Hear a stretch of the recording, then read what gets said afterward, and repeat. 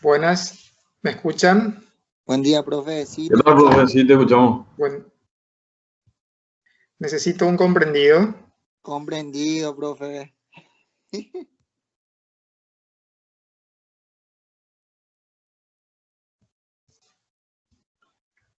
Hugo Paniagua, Hola, profe. buen ¿Qué día. pasó? Buen día.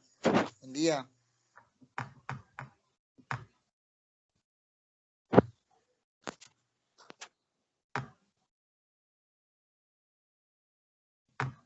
¿Cómo están? ¿Todo bien? Hola, profe. Te ¿Todo bien? escuchamos. Genial, Sí. genial, genial. Buen día, Bueno, doctor, ¿todo bien? genial, perfecto. Bueno, entonces vamos a comenzar nuestra clase de hoy. ¿Ven la imagen? Sí, se ve, profe, ahora. Genial, perfecto entonces. Bueno, vamos a empezar nomás ya la clase de hoy. Vamos a dar un enfoque de los principales síndromes del aparato respiratorio desde el punto de vista quirúrgico. Y después vamos a comentar dos casos clínicos para que pueda ser mejor comprendido estos síndromes que son muy importantes y sobre todo muy frecuentes en la práctica quirúrgica, sobre todo en los servicios de urgencias y en cualquier sitio, inclusive los ambulatorios también. ¿Cuáles son los principales síndromes? Tenemos el síndrome de condensación, que no solo se refiere al síndrome inflamatorio de las neumonías, sino también a un tumor, es un síndrome de condensación, un tumor pulmonar. El síndrome de atelectasia, que es secundaria a la obstrucción de un sitio o un sector de la vía aérea, por lo tanto, no permite la llegada de aire por atrás de esa obstrucción.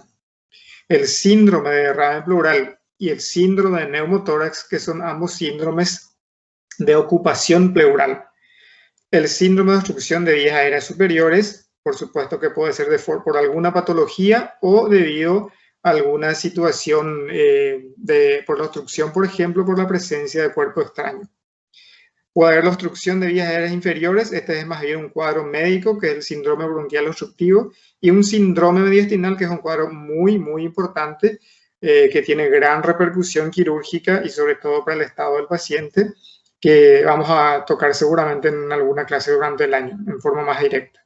Hoy vamos a ocuparnos sobre todo de dos síndromes, los más frecuentes, sobre todo para los médicos en general, que es el síndrome de derrame pleural y el síndrome de neumotórax, que son, constituyen el mayor número de casos en cuanto a estos síndromes por los cuales un paciente puede consultar a un servicio de urgencias.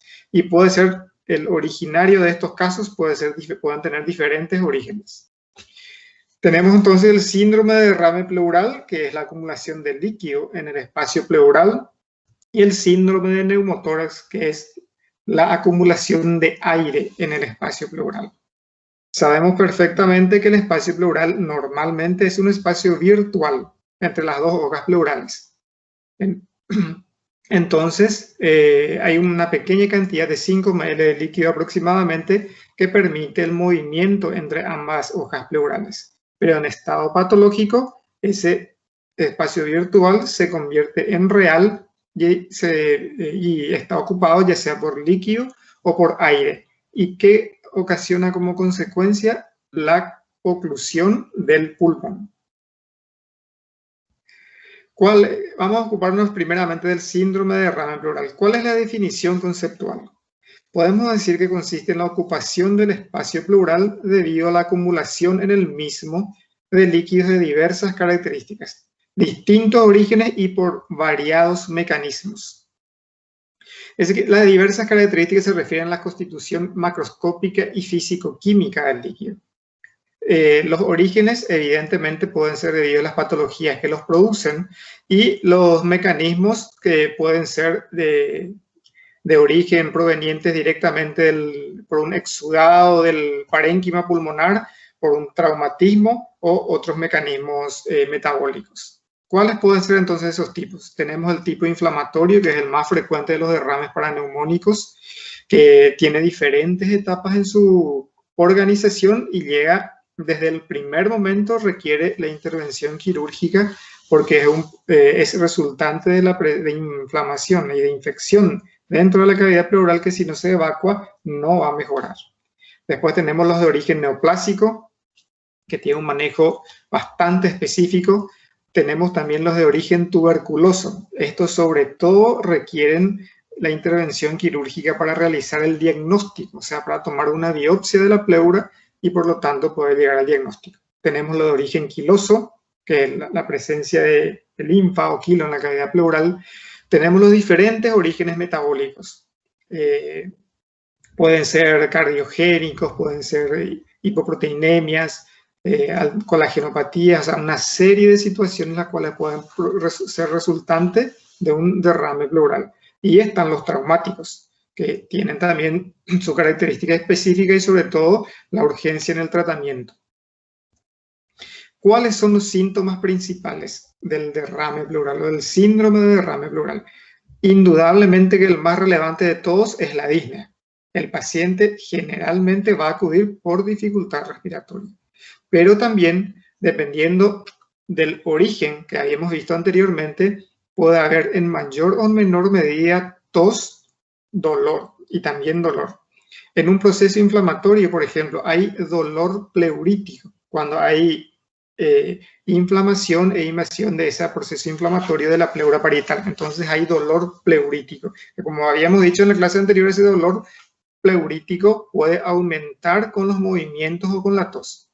El hecho de la presencia de líquido en el espacio pleural también puede producir tos. La irritación de la pleura también produce tos. Pero indudablemente les vuelvo a repetir que el síntoma fundamental es la disnea. Entonces, ahora, yendo al examen físico, ¿qué es lo que nos va a llamar la atención en el examen físico de un síndrome de derrame pleural? El paciente va a estar, como está ocupado el espacio pleural, disminuye la superficie ventilatoria, el paciente va a estar con dificultad respiratoria y por lo tanto no va a poder adoptar totalmente el decúbito.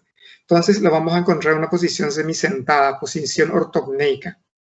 Si logra acostarse en alguna medida, al adoptar el decúbito, o por lo menos se coloca en forma lateral en una posición semisentada, siempre va a tratar de acostarse del lado del derrame.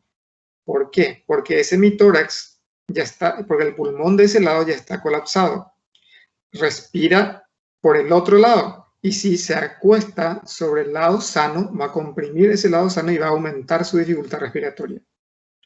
Le vamos a encontrar con taquipnea, con polipnea, con una respiración aumentada en frecuencia. Probablemente podemos encontrarle con aleteo nasal también. Y es muy importante a la observación que vamos a ver un hemitórax probablemente asimétrico a expensas de un abombamiento del lado afecto. Eso es muy importante. Está en la observación específica del paciente. Y también una disminución de la movilidad respiratoria del lado afecto. Como habíamos dicho en la clase pasada, la simple observación del paciente mediante la inspección nos puede aportar muchísimos datos relevantes que nos pueden ayudar a establecer o a llegar al diagnóstico. Esta es una imagen de un paciente con derrame pleural. No es tan evidente, pero si se es buen observador, se puede notar que en este lado está aparentemente un poco más abombado que este lado. ¿Por qué es la diferencia? Porque acá se ven más los espacios intercostales.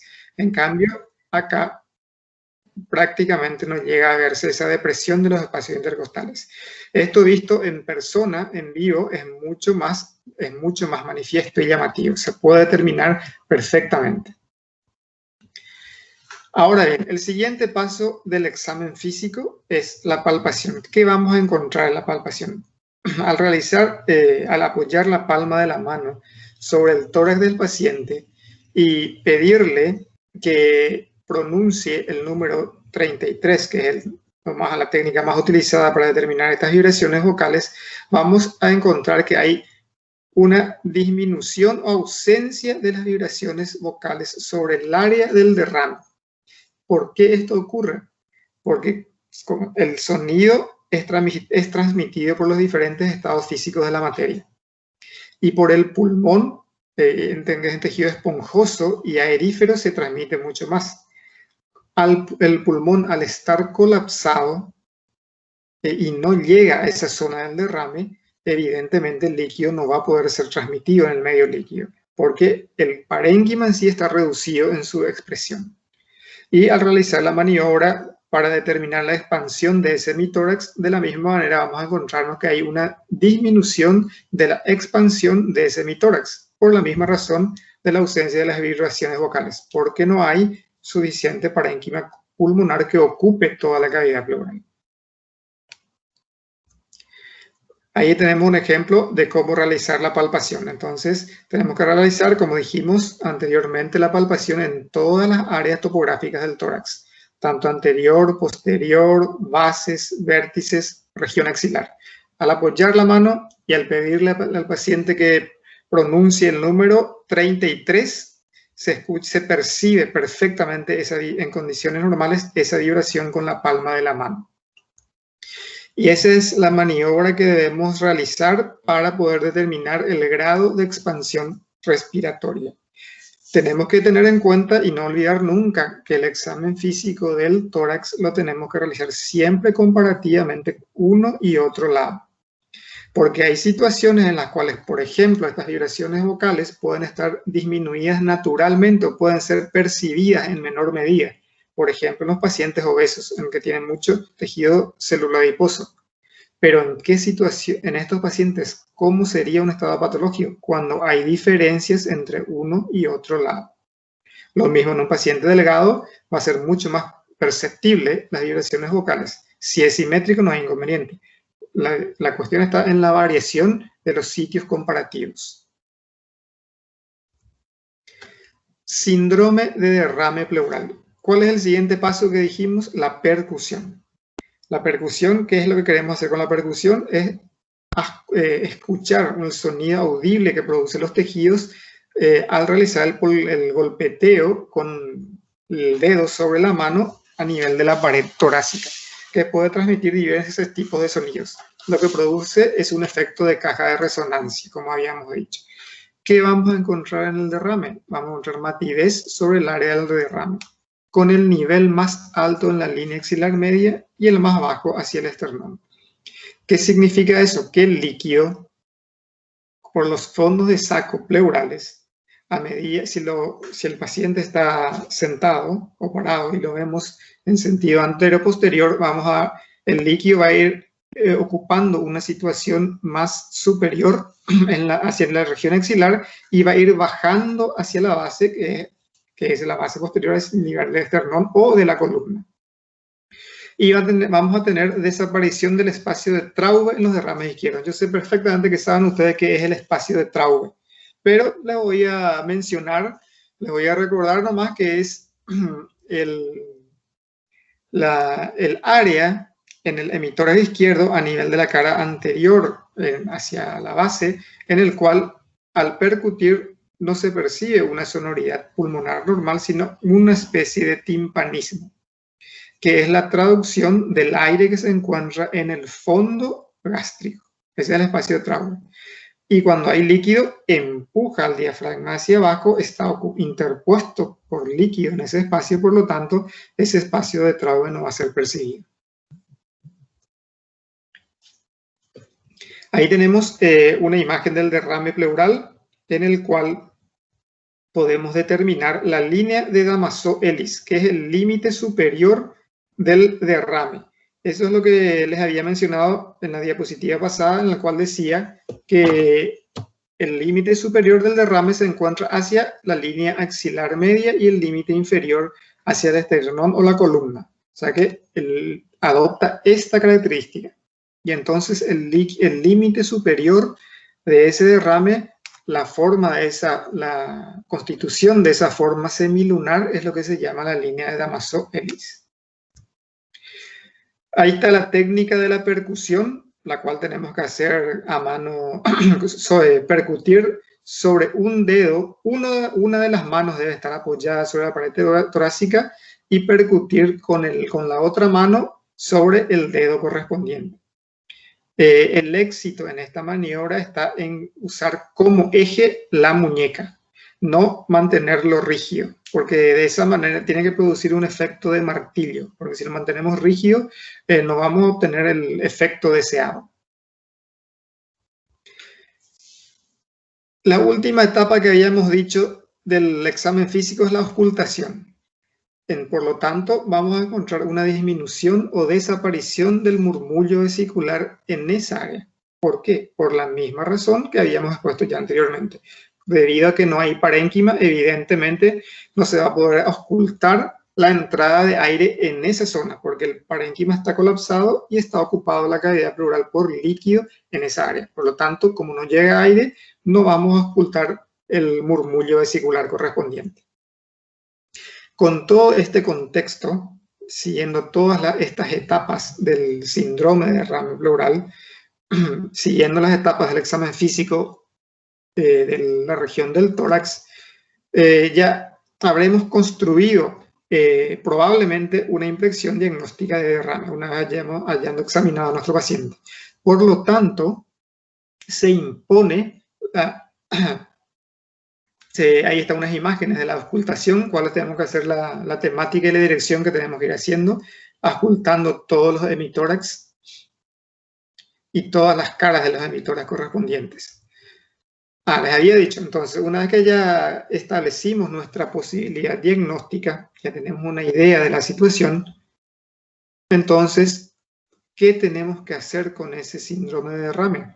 Tenemos que investigar. Y se considera a la punción pleural como una parte, como una herramienta semiológica del derrame pleural. ¿Para qué tenemos que hacer esa punción pleural?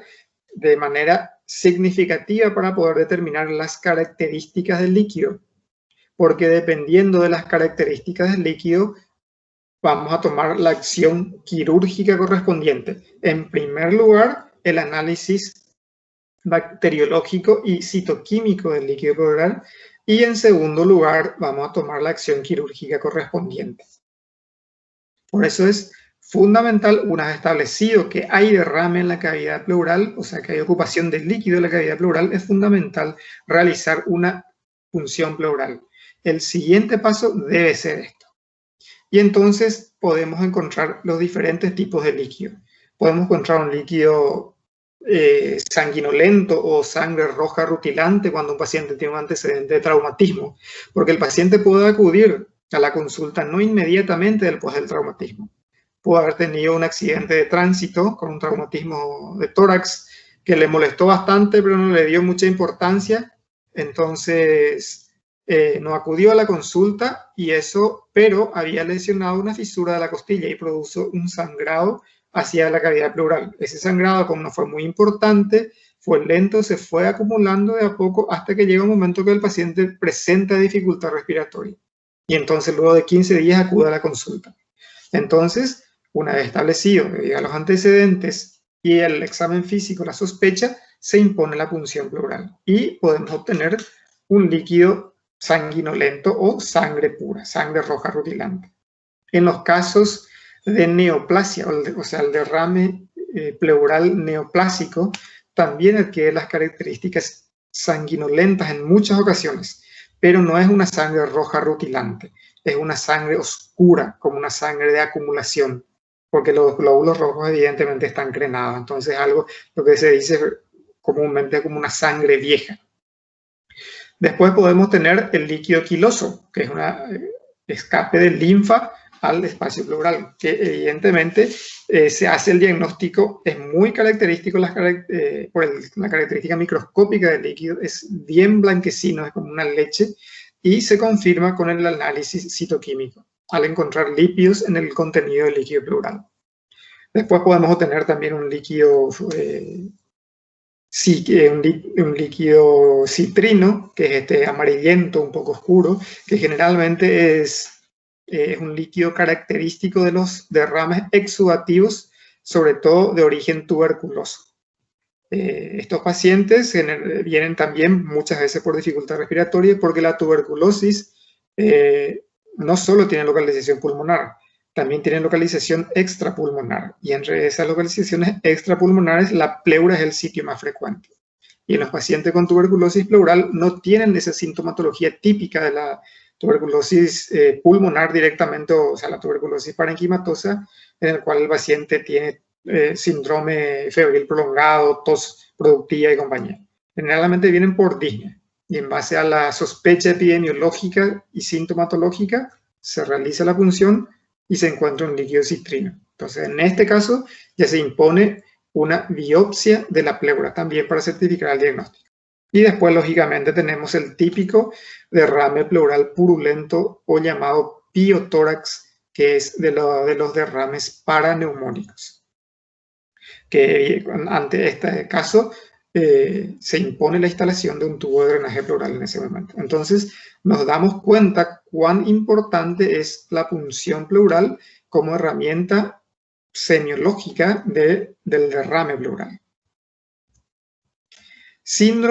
Pasemos al otro síndrome importante que dijimos en cuanto a frecuencia dentro de la patología respiratoria, que es el síndrome del neumotórax.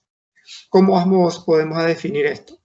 Que consiste en la ocupación del espacio pleural por aire, debido al pasaje del mismo, ya sea desde el parénquima pulmonar o desde el exterior, lo que ocasiona el colapso pulmonar. ¿Cuáles pueden ser los tipos? Pueden ser neumotórax espontáneos. Neumotórax espontáneos es el neumotórax que sin ningún trauma, ningún efecto, el paciente comienza abruptamente a presentar dificultad respiratoria, se le examina y se constata un neumotórax. Por eso se lo llama espontáneo, porque no es efecto de algo. Y otra vez se puede subdividir en primario y secundario. El primario es en medicina llamamos casi siempre primario o esencial a todo lo que no tiene un origen específico por el cual se produce. Entonces, el neumotórax espontáneo primario es un paciente en aparente estado de salud, buen estado de salud, que abruptamente presenta un neumotórax espontáneo. Realmente tiene también una causa, una mínima causa congénita, pero es congénita, no tiene una causa de una enfermedad secundaria.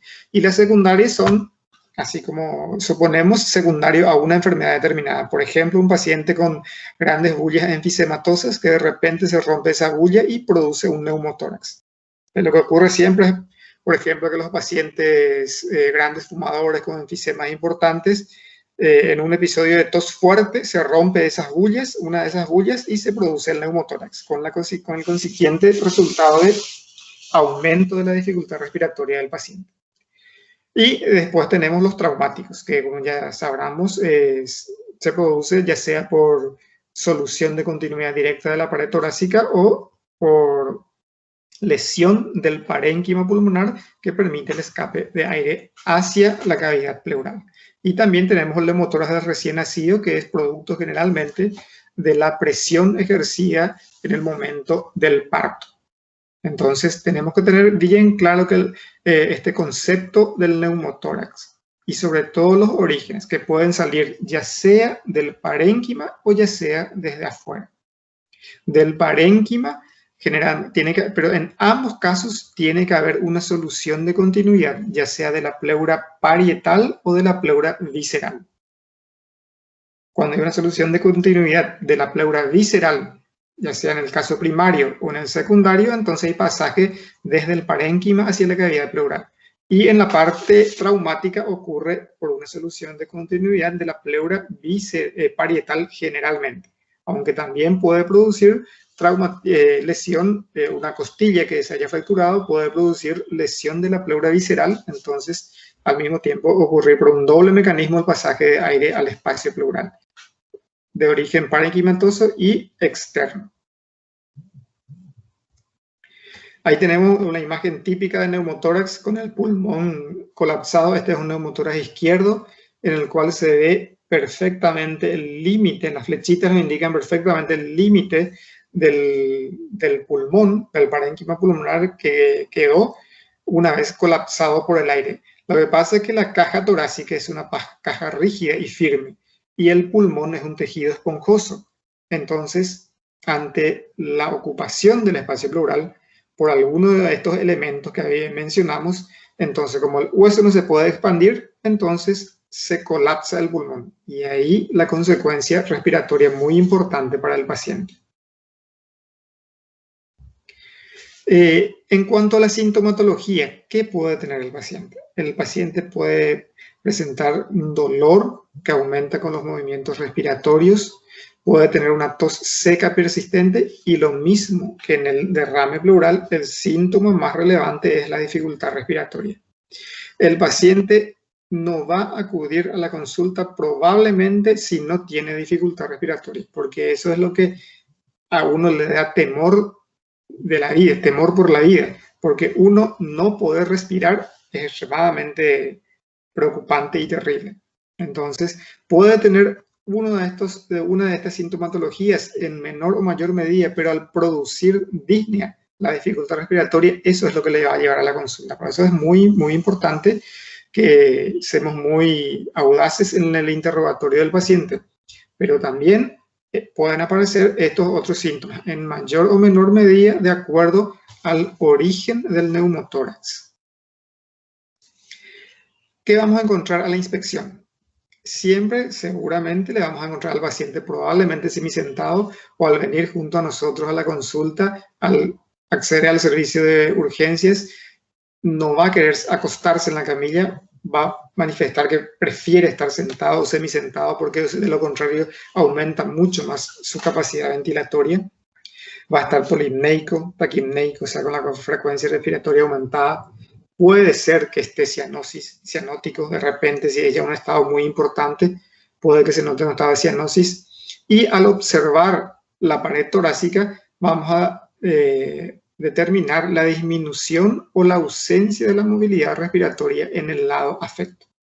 Entonces, ese va a ser un detalle muy importante que nos va a empezar a inducir a pensar que esa dificultad respiratoria probablemente es debido por disminución del parénquima pulmonar de ese lado, o sea, por un colapso pulmonar de ese lado. Porque si fuera un cuadro metabólico el origen de su dificultad respiratoria, no habría esa asimetría en cuanto a la movilidad respiratoria del emitórax correspondiente. ¿Cuál es el siguiente paso? Como habíamos dicho, la palpación. ¿Qué va a pasar con las vibraciones vocales? Va a haber ausencia de vibraciones vocales. No se va a transmitir el sonido porque a través del líquido no se transmite el sonido. A través del parénquima esponjoso pulmonar se transmite muy bien. Pero como no existe parénquima en ese sitio porque está el pulmón colapsado y reemplazado por aire, como ya dijimos, por lo tanto no va a haber probablemente transmisión de vibraciones vocales o tal vez va a estar disminuida. Y al realizar la maniobra para determinar la expansión del emitórax correspondiente o de ambos emitórax, vamos a confirmar lo que vimos a la inspección. Vamos a ver que ese emitórax se mueve mucho menos. Entonces, tanto a nivel anterior como a nivel posterior, pero sobre todo lo más notorio es a nivel posterior. Entonces, podemos repetir esa maniobra las veces que queramos pidiéndole al paciente que inspire y lo vamos a notar que se mueve mucho menos. Al colocar ambas manos en la base, así como habíamos visto en la imagen, vamos a notar que una de ellas se mueve mucho menos que la otra. La otra va a tener una movilidad compensatoria, el emitórax opuesto, para tratar de compensar de alguna manera la disminución de la superficie ventilatoria que tiene el otro lado. Entonces son aspectos del examen físico muy importantes que no debemos dejar pasar por alto. El tercer paso, como dijimos, es la percusión. La percusión, ¿qué vamos a encontrar en la percusión? Dijimos que al golpear sobre la caja torácica, lo que producimos es un efecto de caja de resonancia. Evidentemente, cuanto más vacío está esa caja, va a producir mayor sonoridad. O sea, va a haber una hipersonoridad o timpanismo sobre el área afecto en el emitórax correspondiente. ¿Cómo debemos hacer esa percusión? Como dijimos, en todas las caras del tórax y sobre todo es muy importante en la técnica para que podamos obtener resultados. Les vuelvo a repetir, hay que apoyar la mano menos hábil sobre la superficie torácica del paciente, colocar el dedo, generalmente el dedo medio entre los espacios intercostales y percutir con los dedos, con uno o dos dedos de la mano más hábil, de manera a producir un buen efecto de martillo, utilizando como eje la muñeca. No mantener rígida la muñeca, porque de lo contrario no vamos a obtener el resultado esperado. Hay que producir un efecto de martillo. y ir percutiendo, ir avanzando en los espacios intercostales. Porque si percutimos a nivel de la costilla, se va a alterar ese sonido porque la costilla es un órgano rígido y nos va a dar un poco de matidez o submatidez probablemente. Entonces tiene que ser en los espacios intercostales. Y como siempre, les recalco en el tórax, el examen físico debe ser comparativo. Nuevamente acá, en un paciente, un paciente enfisematoso que tiene el tórax en tonel, probablemente va a estar hipersonoro el tórax de igual manera, pero va a ser una hipersonoridad uniforme en ambos lados. El problema radica cuando hay diferencias entre uno y otro lado. De la misma manera, un paciente obeso o con mucha musculatura o con algún tejido celular subcutáneo va a tener una disminución de esa sonoridad pulmonar, pero bilateralmente. Entonces, no va a haber ningún inconveniente. Y ahora llegamos a la auscultación. ¿Qué vamos a tener en la auscultación? Nuevamente, vamos a tener disminución o abolición del murmullo vesicular. No va a entrar aire en esa zona afecta porque no hay parénquima pulmonar ventilable, está colapsado.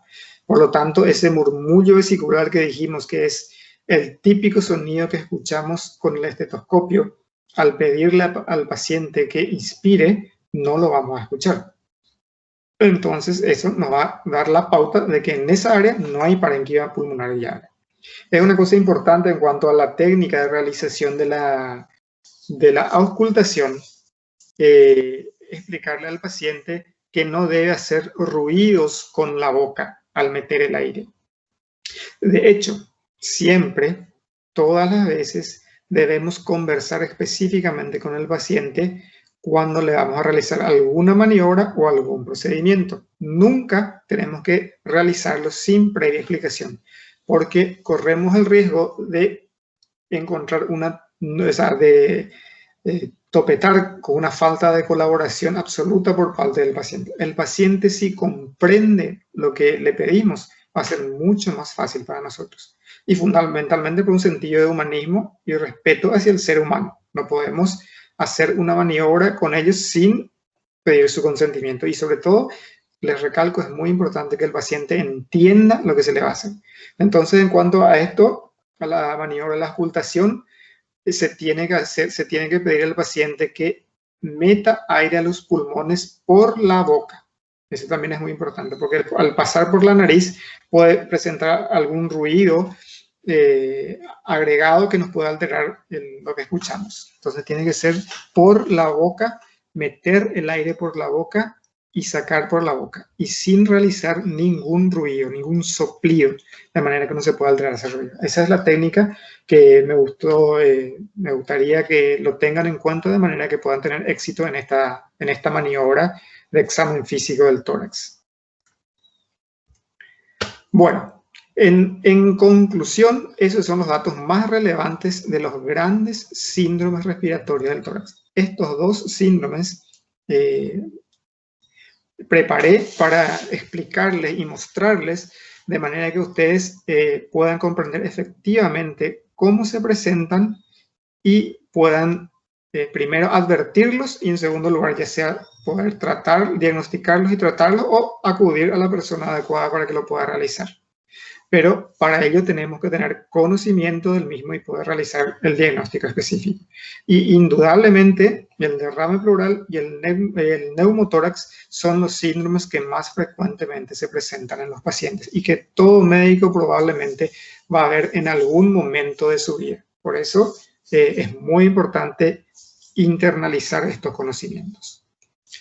Bueno, ahora les quería mostrar dos casos clínicos de manera que puedan asentar mucho más esto que acaban de escuchar, de manera que no se olviden de esto más adelante.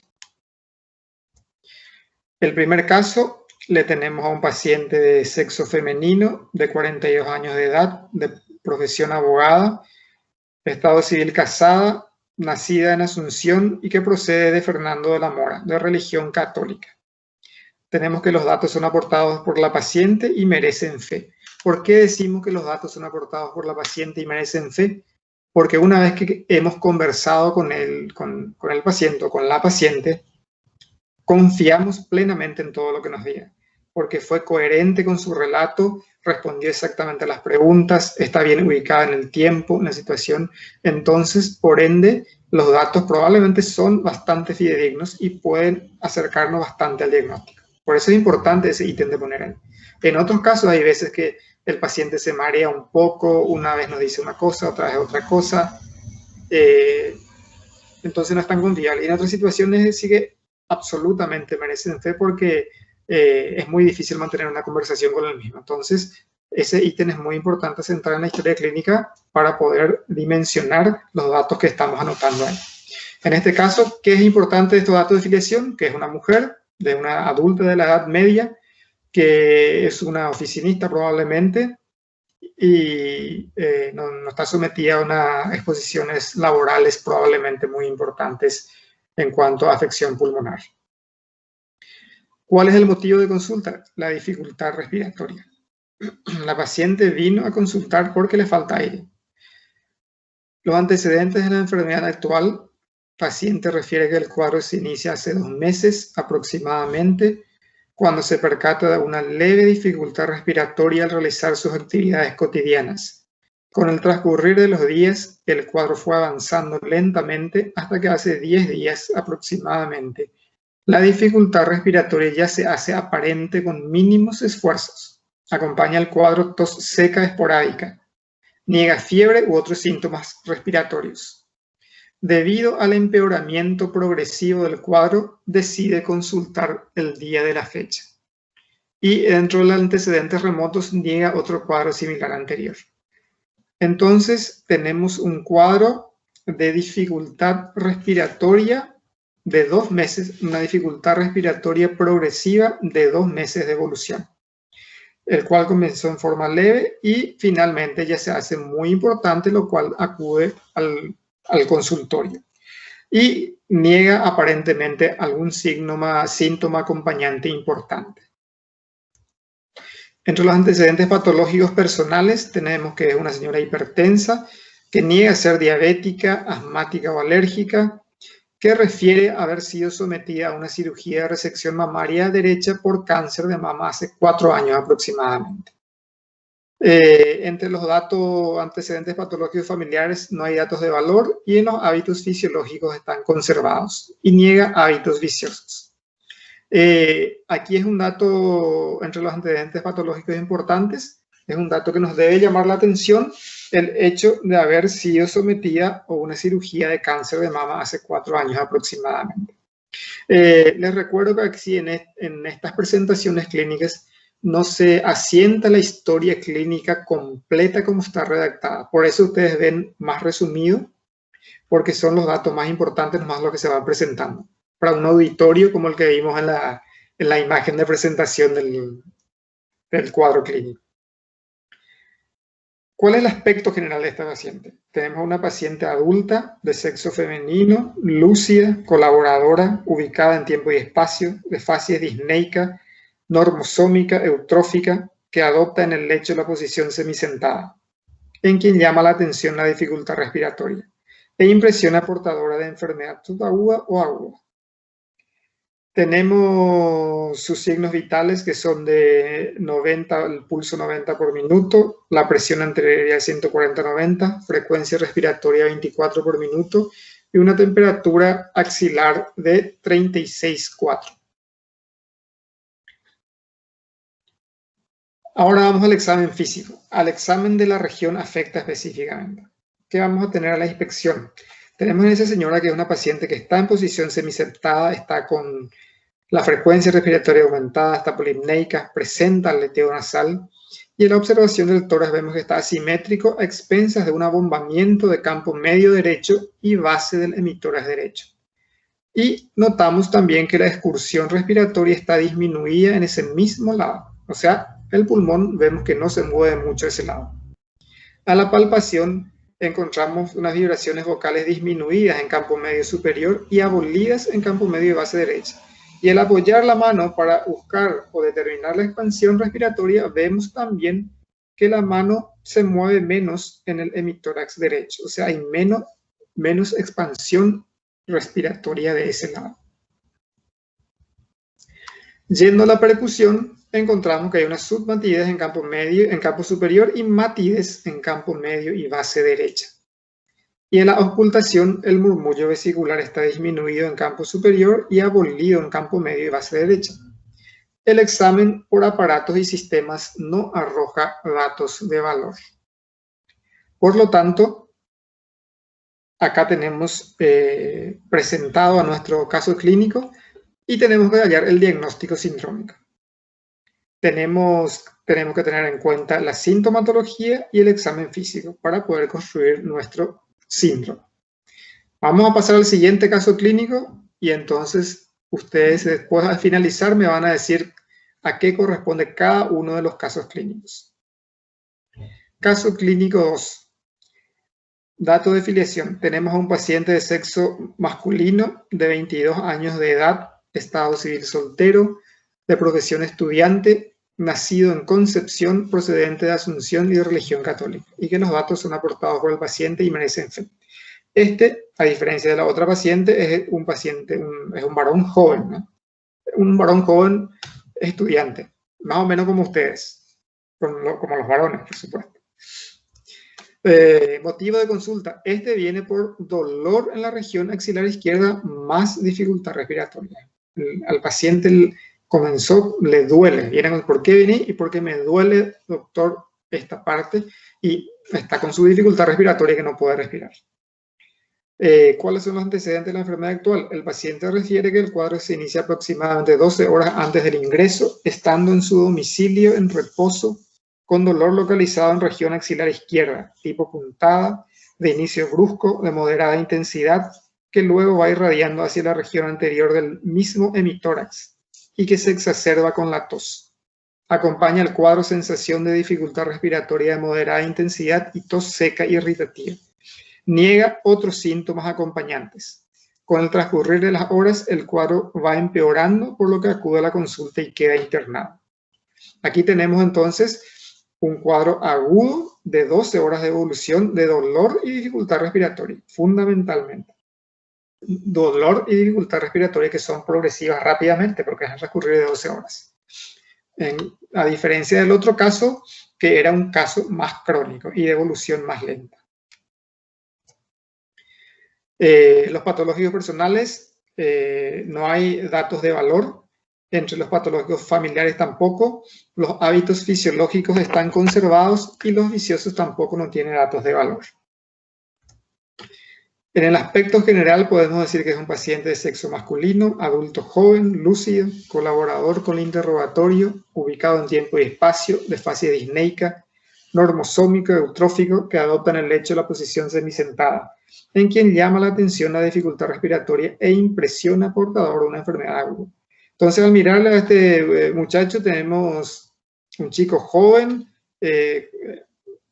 bastante disneico, con una contextura física normal y que está ahí sentado, semisentado, con su dificultad respiratoria importante. Vamos al examen físico. ¿Qué vamos a tener en la inspección? Le vamos a ver al paciente evidentemente semisentado, también el mismo caso anterior. Sigue con más razón porque es un cuadro agudo, nos va a decir que él es imposible acostarse.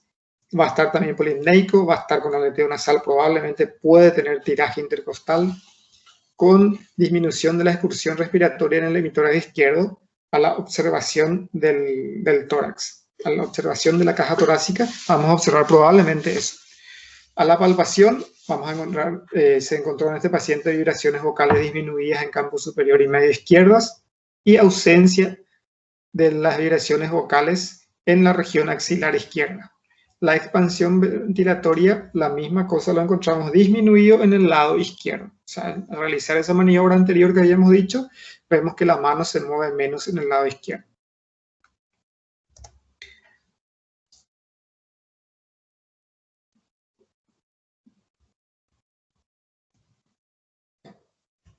Faltó asentar los demás datos ahí.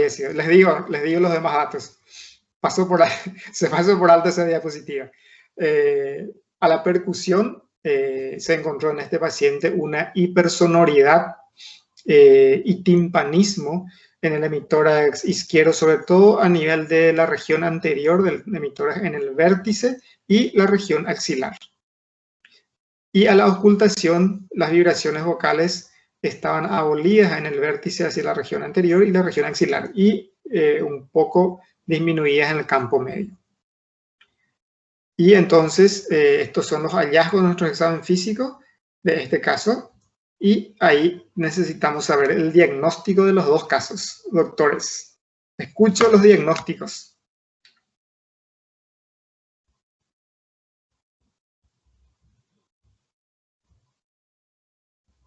Solamente el silencio me respondió. El segundo caso parece un neumotórax, profe. El segundo caso, ¿por qué te parece que es un neumotórax?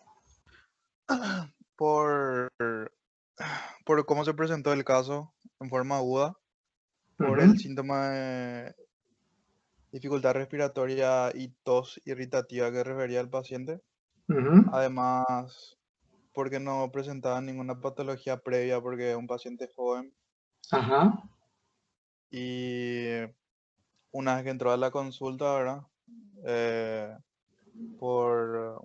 Y al realizar el examen físico presentaba la sintomatología de un neumotórax, como sería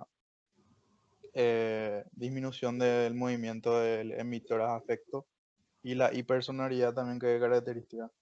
Exactamente. Así mismo, este caso es el caso específico de este paciente sindrómicamente es un síndrome de neumotórax, y el diagnóstico específico es un neumotórax espontáneo primario, se llama este caso. Porque, como dijimos hace rato, no hay una enfermedad subyacente que lo produzca. Muy bien. ¿Y el anterior caso?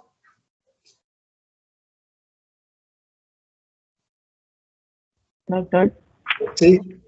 el anterior caso no puede ser un derrame pleural de tipo o sea, con el antecedente que tiene la señora de su, o no sé, por la parte que ella fue operada por cáncer de mama. Exactamente, así mismo. Hablamos de derrames pleurales y hay un tipo neoplásico. Así es. Así mismo. Etiológicamente hay un tipo de neoplásico.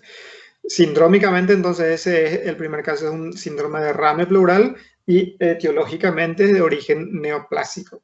Efectivamente, les puse justamente ambos casos significativos. El derrame pleural, como habíamos dicho, puede ser de diferente etiología, pero para que perciban y se den cuenta cómo el análisis de la historia clínica es muy importante. En este caso es relevante el antecedente de cirugía neoplásica que tuvo la señora, para empezar a pensar en el tipo de derrame, y después lo vamos a confirmar con la punción, por supuesto. Efectivamente, así mismo. Entonces, espero que hayan fijado perfectamente las características de estos dos síndromes importantes y cómo pueden presentarse en los pacientes, de manera que de ahí en adelante lo puedan resolver sin ningún inconveniente. Muy bien, y con eso es toda nuestra clase de hoy, y les agradezco por la atención, los que estuvieron atentos. Muchas gracias, doctor. Dale, dale. Muy buena la clase, doctor. Gracias. Dale.